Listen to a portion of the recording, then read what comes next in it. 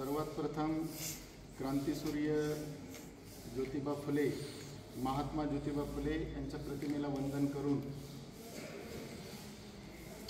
आज फार महत्त्वाचा दिवस आहे।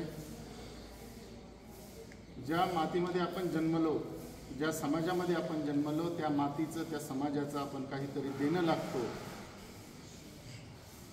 आणि अशा उदात्त विचाराचे काही महात्मे या भारत देशामध्ये होऊन गेले आणि त्यांच्यापैकी एक महात्मा ज्योतिबा फुले, ज्यांचं शिक्षणाच्या क्षेत्रातलं कार्य, समाज सुधारणेच्या क्षेत्रातलं कार्य अतिशय वाखाणण्याजोगं आहे। ज्या काळामध्ये मुलींसाठी शाळा नव्हती, आज तुम्ही सर्व मुली, मला तर खूप आनंद होतो की आपल्या शाळेमध्ये मुलींची संख्या जास्त आहे मुलांपेक्षा।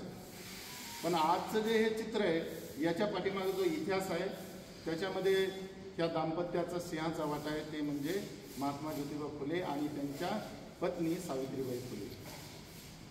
खऱ्या अर्थानं शिक्षणाची सुरुवात, समाजातल्या प्रत्येक घटकाला न्याय देण्याचं कार्य या दोघांनी केलं।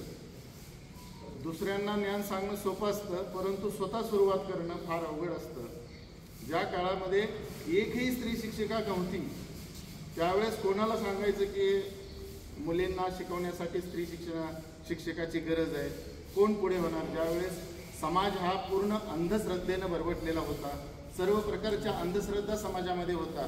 शिक्षण घेणं हे सुद्धा एक प्रकारचं पाप समजलं जायचं आणि अशा अंधश्रद्धेनं भरवटलेल्या समाजाला या अंधकारातून बाहेर काढून ज्ञानरूपी प्रकाशाकडे नेण्याचं कार्य महात्मा ज्योतिबा फुले आणि त्यांच्या पत्नीनं केलं।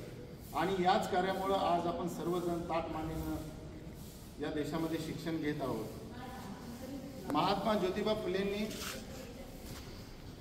फक्त शिक्षण देण्याचं कार्य केलं नाही मुलांना, मुलींना, तर त्यांनी पहिली शाळा काढली पुण्यामध्ये, बिलेवाड्यामध्ये।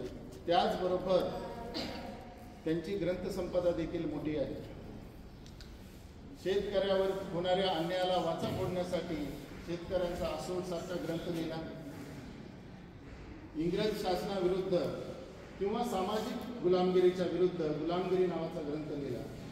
त्यांच्या ज्या ओळी मी लहान असताना, मी तुमच्यासारखा विद्यार्थी असताना मला लक्षात राहिलेल्या होत्या, त्या आजही आहेत। संगीता मॅडमनी ते त्यांच्या प्रस्तावनेमध्ये बोलल्या की विद्येविना मती गेली, मतीविना नीती गेली, नीतीविना वित्त गेले, वित्ताविना शूद्र खचले, इतके अनर्थ एका अविद्येने केले। म्हणजे आपल्याला जर प्रगती करायची असेल तर शिक्षणासारखा दुसरा मार्ग नाही। आणि या शिक्षणाचं कार्य, समाजाला शिक्षित करण्याचं कार्य हे या महापुरुषानं, क्रांतीसूर्यानं, महात्म्यानं केलेलं आहे। म्हणून आज या शुभदिनी त्यांच्या प्रतिमेला शतशत वंदन करतो आणि माझे 2 शब्द संपवतो। धन्यवाद।